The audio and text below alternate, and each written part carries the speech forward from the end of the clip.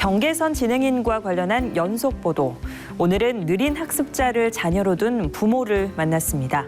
BTV 뉴스에서는 지난해 11월 경계성 지능인에 대한 연속 보도를 통해 그들을 돕는 강사들과 부모들의 목소리를 전했습니다. 비장애인과 지적장애인 사이 경계에서 살아가는 경계성 지능인들. 겉으로 보기에는 비장애인과 다를 바 없어 보이지만 평범한 삶을 살기는 결코 쉽지 않습니다.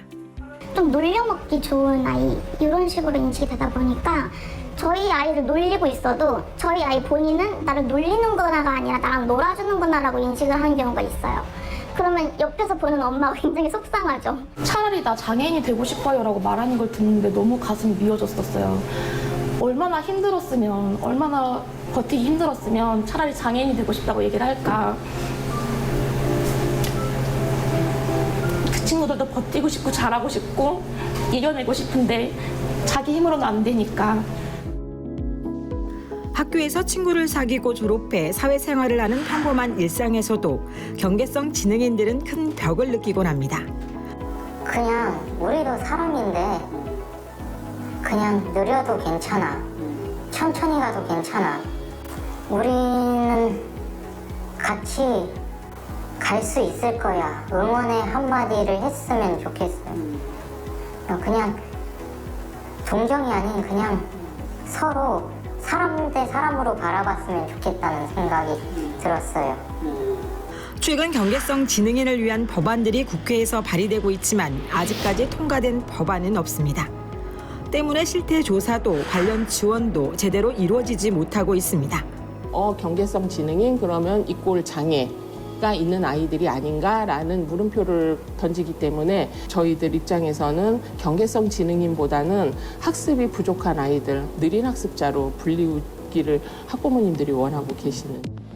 남들보다 조금 느린 삶을 살아가는 경계성 지능인. 그럼에도 그들이 제도적, 사회적 사각지대에 놓이게 된 이유와 이를 벗어나기 위해 필요한 변화는 무엇일지 현장 포착 사실은에서 알아봅니다.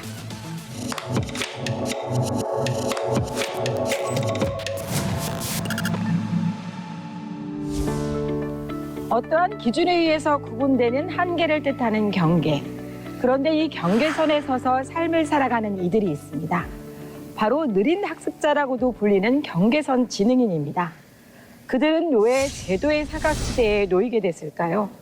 먼저 경계선 지능인에 대해 알아보겠습니다. 경계성 지능인들이 삶에서 맞닥뜨리는 다양한 어려움을 알아보기에 앞서 제작진은 경계성 지능의 정의부터 찾아봤습니다. 경계성 지능이란 미국의 정신질환 진단 및 통계 편람 제4판을 기준으로 표준화된 지능검사 기준, 지능지수가 70 이하인 지적장애, 85 이상의 정상 범주 사이에 있는 71에서 84 사이의 지능을 가진 사람을 말합니다. 제작진은 좀 더 자세한 설명을 듣기 위해 경인교육대학교 특수교육학과 이대식 교수에게 다시 한번 경계성 지능인에 대한 정의를 물어봤습니다.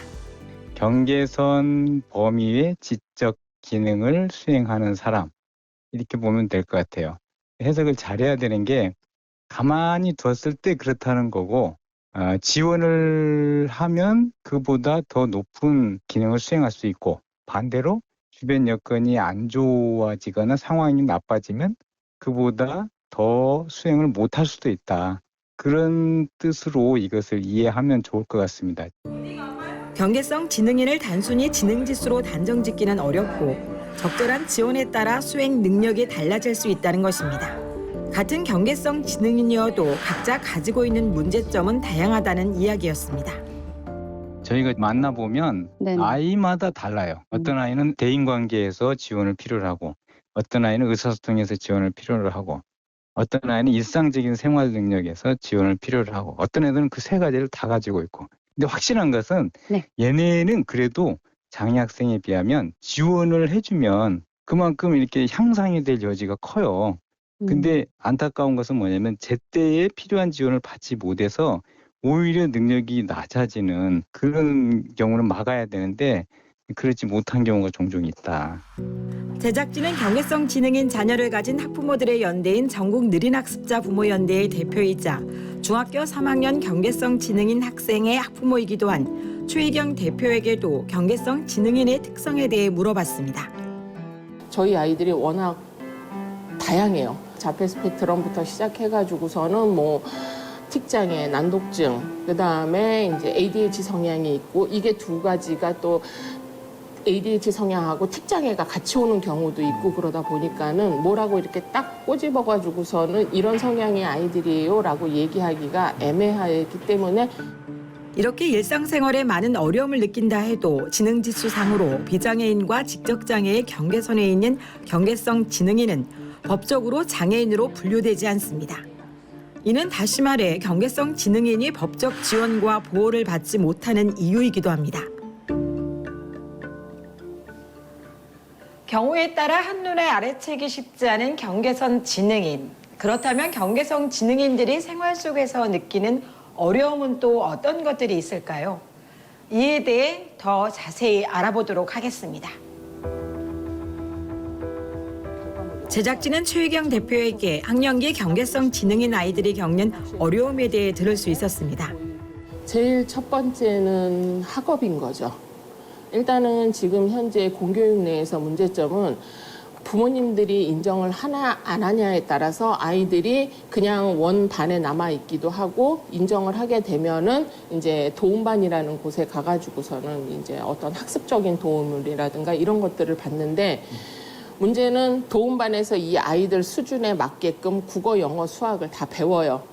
근데 이게 일반 이제 중학교나 고등학교 내에서 뭐 중간고사라든가 기말고사를 봤었을 적에는 이 아이들이 배운 학습 속도로 다 시험을 보는 게 아니라 일반 아이들이 배운 그 교과 범위 내에서 시험이 나오다 보니까는 결국은 저희 아이들이 도움반에서 어떠한 교육적인 혜택을 받는다고 그래도 이게 성적과는 연결이 안 되는 거죠. 그리고 학교에서 졸업을 한 이후 사회에 나가면 아이들은 더한 벽에 부딪힌다고 말합니다.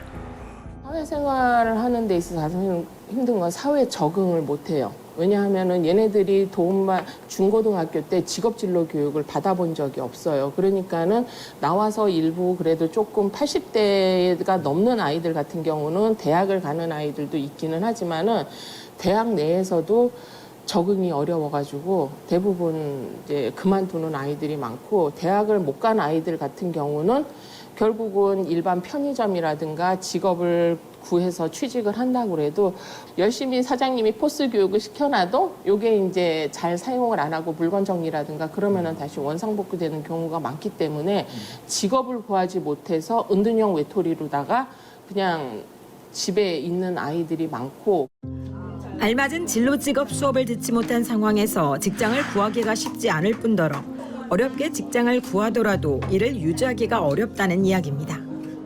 또한 더 심각한 문제를 겪는 사례도 있었습니다. 관계지향적이다 보니까는 이제 핸드폰을 1년에 24대까지 개통을 한 청년도 있어요. 전화 와가지고선 상냥하게 안내원이 뭐 이렇게 해서 안내해주면은 그 대화하는 게 좋아가지고서는 그쪽에서 해달라는 대로 요구를 다 들어줘가지고서는 해주는 청년들도 있고 그 다음에 여성 아이들 같은 경우는 이제 거의 성범죄에 많이 노출이 되죠. 왜? 친구를 만나고 싶고 사람을 만나고 싶다라는 거를 악용을 해가지고서는 성범죄가 일어나고 나서 재판에 간다고 해도 나는 너를 사랑했어. 그러면은 이 여자애는 그걸 그대로 믿는 거예요. 그러니까 지금 현재 해바라기 센터라고 성범죄 피해자들이 모여 있는 공간에 경계성 지능을 가진 학령기가 어린 청소년 아이들이 현재 지금 많이 유입이 되고 있다라고 얘기가 나오고 있습니다. 그렇다면 현재 경계성 지능인을 위한 지원은 어떻게 이루어지고 있을까요? 제작진은 경기도의 경계성 지능인 관련 조례를 발의했던 경기도의 조용호 의원을 만났습니다. 제작진은 현재 경기도의 경계성 지능인 현황부터 물어봤습니다. 추정하기에는 전국적으로 2023년도 기준으로 한 697만 명 정도고요. 전체 인구의 한 13.6%가 경계선 지능일 것으로 추산하고 있습니다. 이를 근거로 경기도 인구에 적용해 보면 약 7%에서 14% 수준인 95만에서 191만 명 정도로 추정하고 있거든요. 이는 이제 등록장애인 수보다 좀 많은 거고요. 그러니까 우리가 주의를 볼 때 10분 중 1명 정도는 경계선 지능이다. 되게 많은 숫자라고 볼 수가 있겠습니다. 또 특히 이게 또 실태가 전수조사가 이루어지지 않기 때문에 성인과 학생을 분류했을 때 성인인 경우에는 더더욱 현황을 파악하기도 어렵습니다. 경기도는 지난 2022년 경기도 경계성 지능인 평생교육 지원에 관한 조례를 제정했고 2023년 12월 조용호 의원의 대표 발의를 통해 관련 조례를 개정했습니다. 그래서 저는 이제 조례 개정을 통해서 지원 사업 내용을 아예 별도적으로 좀 독립을 시켰습니다. 그래서 지원 사업 내용에 진단 검사라든가 가족 자조 모임 또는 이제 도내 전담부서를 설치해서 경계선 지능인들이 생애 전 주기에 걸쳐서 지원받을 수 있는 틀을 마련했다고 볼 수가 있겠습니다. 그리고 또 향후 지원센터가 설치가 되면 지원센터가 전체 지원 사업을 총괄 조정할 수 있도록 또 중추적 역할, 컨트롤 타워를 역할을 할 수 있도록 제도를 좀 정비했다고 볼 수가 있고요. 또 하나 의미 있는 점은 협력 체계에 교육청과 학교를 좀 명시적으로 추가했습니다. 왜냐하면 이 경계성 지능을 조기에 발견해야 되는데 우리가 조기에 발견할 수 있는 기회가 학령기 때거든요. 그래서 학교의 역할이 되게 중요합니다. 그래서 학교의 역할이 중요하면 중요할수록 정책적 효과를 더 높일 수 있다고 보기 때문에 이러한 조례, 이런 내용들을 좀 담았습니다. 예. 하지만 조례 개정 이후에도 경기도 경계성 지능인 평생교육지원센터의 설립은 아직까지 이루어지지 않았습니다. 조용호 의원은 경계성 지능인을 위한 컨트롤 타워 역할을 할 경기도 경계성 지능인 평생교육지원센터의 필요성을 다시 한번 강조했습니다. 경계선 지능인 부모님들이 쉽게 접근하고 정보도 쉽게 받을 수 있고 또 아이들이 또 조기에 발견할 수 있게끔 지원 역할도 해주고 그리고 지원이라든가 교육이라든가 그리고 상호 시공구 간의 연결이라든가 또 그런 또 학부모들끼리 자조 모임을 가질 수 있게끔 다리 역할도 해주고 가교 역할도 해주고 또 필요한 예산을 또 세우고 또 진단 검사를 잡아줄 수 있게끔 계속적인 지원을 해줄 수 있는 역할이 되게 중요하기 때문에 이 어떤 평색 합순 지원센터가 되게 중요하다 이렇게. 현재도 경기도 각 지자체의 평생교육기관 등에서 관련 프로그램들을 일부 운영하고 있지만 이를 보다 체계적으로 운영하기 위한 구심점이 될 센터의 역할이 필요하다는 이야기입니다. 그렇다면 그간센터 설립은 왜 늦어진 걸까요? 결국은 모든 정책을 얘기할 때 보면 예산 문제를 먼저 들고 나오거든요. 사실 저는 예산 문제보다는 의지의 문제라고 생각합니다. 의지가 있으면 예산이 해결되고 그러면 정책의 우선순위에 놓이게 됩니다. 어쨌든 경기도나 경기도교육청이 경계선 지능인과 학부모들의 고통과 어려움을 고민하고 생각한다고 생각하면 이 문제를 좀 검토나 협력이 아니라 행정의 우선순위에 놓고서 센터 건립이나 여기에 대한 지원을 철저히 그리고 구체적으로 해야 된다고 보고 있습니다. 경기도는 조례 개정을 통해 경계성 지능인을 위한 기반을 마련했지만 여전히 경기도 경계성 지능인 평생교육지원센터는 추진되지 못하고 있습니다. 반면 서울시에는 지원센터가 운영 중인데요. 제작진이 가봤습니다. 2020년 서울시는 서울특별시 경계성 지능인 평생교육 지원 조례를 마련한 이후 해당 조례를 근거로 2022년 6월 일명 밈센터라 불리는 전국 최초의 경계성 지능인 평생교육 지원센터를 개소했습니다. 우리 친구들이 낯선 곳에 가면 굉장히 두려워하는 이유 자체가 자기가 힘이 없기 때문에 그렇거든요. 항상 지적만 당하고 실패를 많이 경험을 했어요. 그럼 이 친구들이 힘을 가질 수 있도록 우리 센터에서는 이들을 지원하고 스스로 자존감을 높일 수 있도록 많은 다양한 프로그램들을 통해서 지원해 나가고 있는 사업을 하는 거죠. 그래서 이들이 사회에 건강하게 당당하게 나갈 수 있도록 그렇게 준비를 하는 곳이다. 이렇게 보시면 될 것 같습니다. 제작진이 찾아간 날 센터에서는 청소년 진로 관련 프로그램과 금융관리 교육 등이 진행되고 있었습니다. 결국적으로는 이들의 사회성 향상을 위한 교육들이 될 것이고요. 그다음에 자립 지원 사업들이 있는데 그거는 이제 직업 역량 개발 사업이라든지 자조 모임이라든지 그다음에 유관기관과의 협의체를 통해서 각 지역에 어떻게 이들을 지원해 나갈 것이 라든지 그다음에 이제 유관기관 종사자들을 위한 경계선 지능인 이해 교육도 저희가 진행하고 있고요. 경계선 지능인들을 지도할 수 있는 그런 지도자 양성 교육도 저희가 진행하고 있고 프로그램 개발 또 경계선 지능인에 관련된 다양한 연구 조사 작업들을 진행하고 있습니다. 제작진은 실제 프로그램에 참여 중인 한 경계성 지능인 청년을 만날 수 있었습니다. 창시절과 사회 경험에 대한 이야기를 들려달라고 했습니다. 공부에서도 저희가 따라가려고 하는데 선생들은 너네가 노력 안 한 거다 이렇게 딱 잘라 말하고 그리고 직장에서는 제가 자격증도 3-4개 땄거든요. 근데 자격증도 따서 그 쓸 데도 없을 뿐더러 취업했을 때도 저희한테 그 일주일 만에 그 기본기를 숙지해라. 근데 저희는 그 숙지하는 게 느린데 직장에서 무리하게 그런 걸 요구하니까 취업의 기회들이 주어지지도 않을 뿐더러 이제 저희가 또 면접을 하는데 말하는 압박 면접에는 더더욱 그 기가 줄어들고 우리가 왜 이것까지 들으면서 면접을 봐야지 되나? 이렇게까지 의기소침해져요. 학교에서 어렵게 얻은 직장에서 겪었던 큰 좌절의 기억을 떠올리는 청년의 모습에서 제작진은 깊은 슬픔을 느낄 수 있었습니다. 하지만 제작진이 지원센터를 통해 수업을 들으며 달라진 점이 있냐고 묻자 청년은 한결 밝아진 표정으로 이야기를 이어갔습니다. 여기에서는 자신감뿐만이 아니라 이 센터들이 세상에서 제공받지 못했던 것들을 여기에서 제공받고 청년들 많이 이해해주는 사람이 생기니까 여기를 자꾸 찾아오게 되는 것 같아요. 과거 사람들이 자신을 위험물질을 취급하는 듯한 기분이 들었다는 청년은 센터를 통해 자신을 이해해주는 사람들을 만나며 사람 사는 진짜 의미를 알 것 같다고 했습니다. 센터를 통해 받은 수업으로 새로운 꿈을 꾸고 있다는 그의 표정에서는 설렘까지 느껴졌습니다.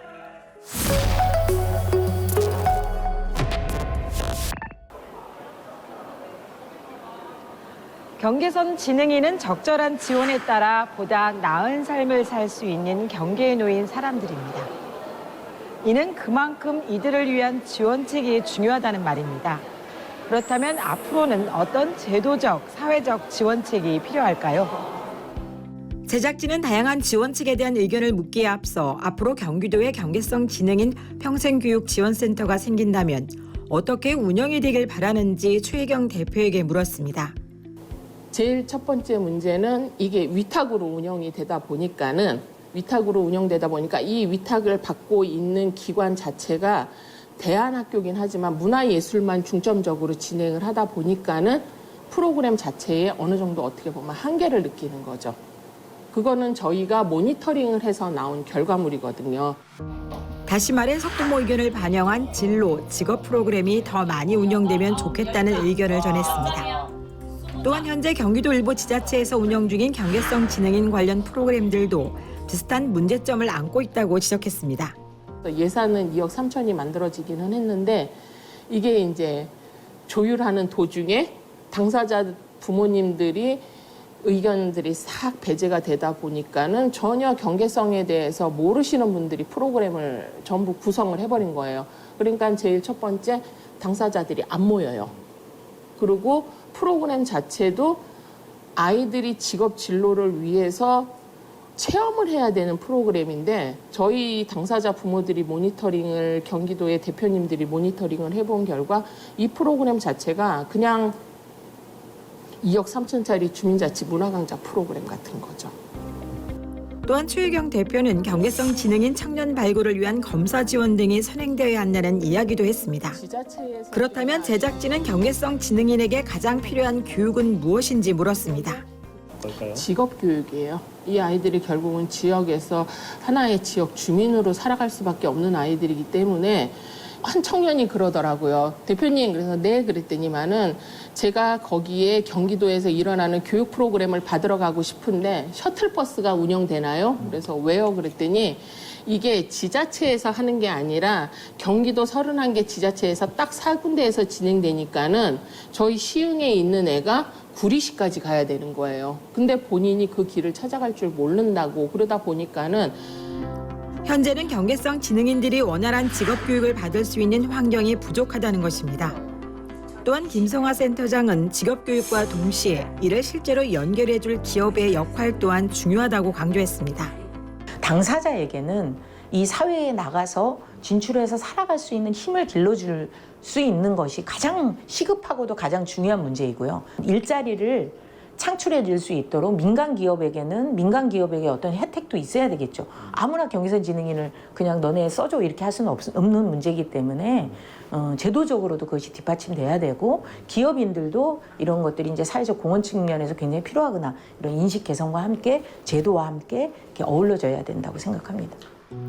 제작진이 만난 경계성 지능인 청년은 단순한 복지 정책이 아닌 보다 실질적인 지원이 필요하다고 이야기했습니다.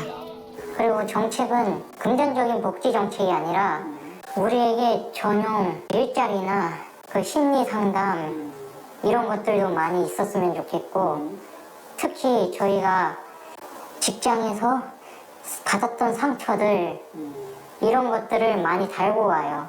보호를 받았으면 좋겠어요. 한편 조용호 의원은 관련 정부 부처들이 나서 성의법을 제정해야 한다는 의견을 이야기했습니다. 그분이 일단 먼저 국회에서 좀 법이 좀 제정이 되면 좀 더 그 시군구에서 통합지원센터나 이런 걸 설치하기 좀 좋을 것 같고요. 또 보건복지부 쪽에 복지에 관련된 문제가 있는 거고요. 교육부 쪽에는 아이들의 어떤 그 교육을 통해서 아마 지금 보면은 뭐 경계선 지능인 운영위원 이런 것도 만든다는 그런 내용도 좀 있어요. 국회법에 보면은. 그래서 교육청이 아이들을 조기에 발견할 수 있는 역할이 되게 크기 때문에 교육부도 여기에 대해서 적극적으로 나서야 된다고 보고 있습니다. 또한 경계성 지능인과 가족들의 목소리를 반영하고 사회 인식을 개선할 교육의 필요성도 강조했습니다. 일단 제일 중요한 것은 부모님들의 목소리를 듣고 실제 경계선 지능인들이 많은 고통을 받고 있거든요. 현장에서요. 우리가 모르는 부분들이 많거든요. 자꾸 이런 걸 우리가 좀 자립할 수 있게끔 또 사회 구성으로 참여할 수 있게끔 여건을 만들어주는 것인데요. 이런 부분들은 결국은 뭐냐면 관심과 또 사회적 구성원의 인식 개선이 필요한 거기 때문에 홍보와 교육이 많이 필요하다고 봅니다. 네. 이대식 교수 역시 비슷한 맥락에서 사회적 공감에 기반한 제도 정비가 필요하다고 이야기했습니다. 사회적으로 항상 그 관심이 막 일어날 때 막 이렇게 지원해야 된다 이런 이야기들이 많이 있는데 사실 우리가 진지하게 생각을 해봐야 돼요. 이게 단편적으로 가기보다는 이제는 그런 사람들이 있다. 그리고 그런 사람들을 지원하는 것이 어떤 사회나 공동체가 해야 되는 일이다. 이와 함께 법령의 사각지대를 해소하기 위해 수요자 중심의 지원 체계를 마련하는 것이 중요하다는 의견도 내놓았습니다. 다른 나라, 예컨대 미국이나 영국이나 이런 나라들 보면 장애가 있건 없건 상관없이 그 학생이 또는 그 사람이 지원을 필요로 하느냐 하면은 그 지원 요구를 기반으로 지원을 제공해주는 시스템이 돼 있거든요. 그럼 우리가 좀 참고해서 도입을 해야 되는 시스템이 아닌가 싶습니다. 아직까지 경계성 지능인을 위한 기본 법안조차 마련되지 않은 지금 제작진은 경계성 지능인 청년에게 사람들에게 전하고 싶은 말이 있는지 물었습니다. 저희가 특히 새로운 곳에 나가면은 너무 스트레스를 받고 외부 환경에 노출되면은 새로운 전쟁터에 나간다는 느낌을 받게 되거든요. 새로운 사람들에게 시달리지 않을까 이런 느낌을 받는데 우리를 정책보다도 먼저 사람 대 사람으로 봐주고 사람끼리 그 위험 인물, 게으르다 이런 취급을 안 했으면 좋겠어요. 느려도 우린 사람이니까. 새로운 환경이 마치 전쟁터와 같다고 말하는 경계성 지능인 청년의 치열한 삶. 경계성 지능인을 보듬어 줄 수 있는 따뜻한 사회적 시선에서 출발할 최소한의 제도적 보호막. 이제는 마련돼야 하지 않을까요? 경계선 지능인을 부르는 또 다른 말, 느린 학습자. 적절한 제도적 뒷받침과 지원이 갖춰진다면 경계선 지능인은 그저 조금 느린 이웃일 뿐입니다. 경계선 지능인에 대한 관심이 점점 커지고 있는 지금, 그들이 당당한 사회의 구성원으로 살아갈 수 있도록 든든한 버팀목이 될 사회의 응원과 함께 체계적인 제도적 안전망과 지원이 필요한 때입니다. 지금까지 현장 포착 사실은이었습니다.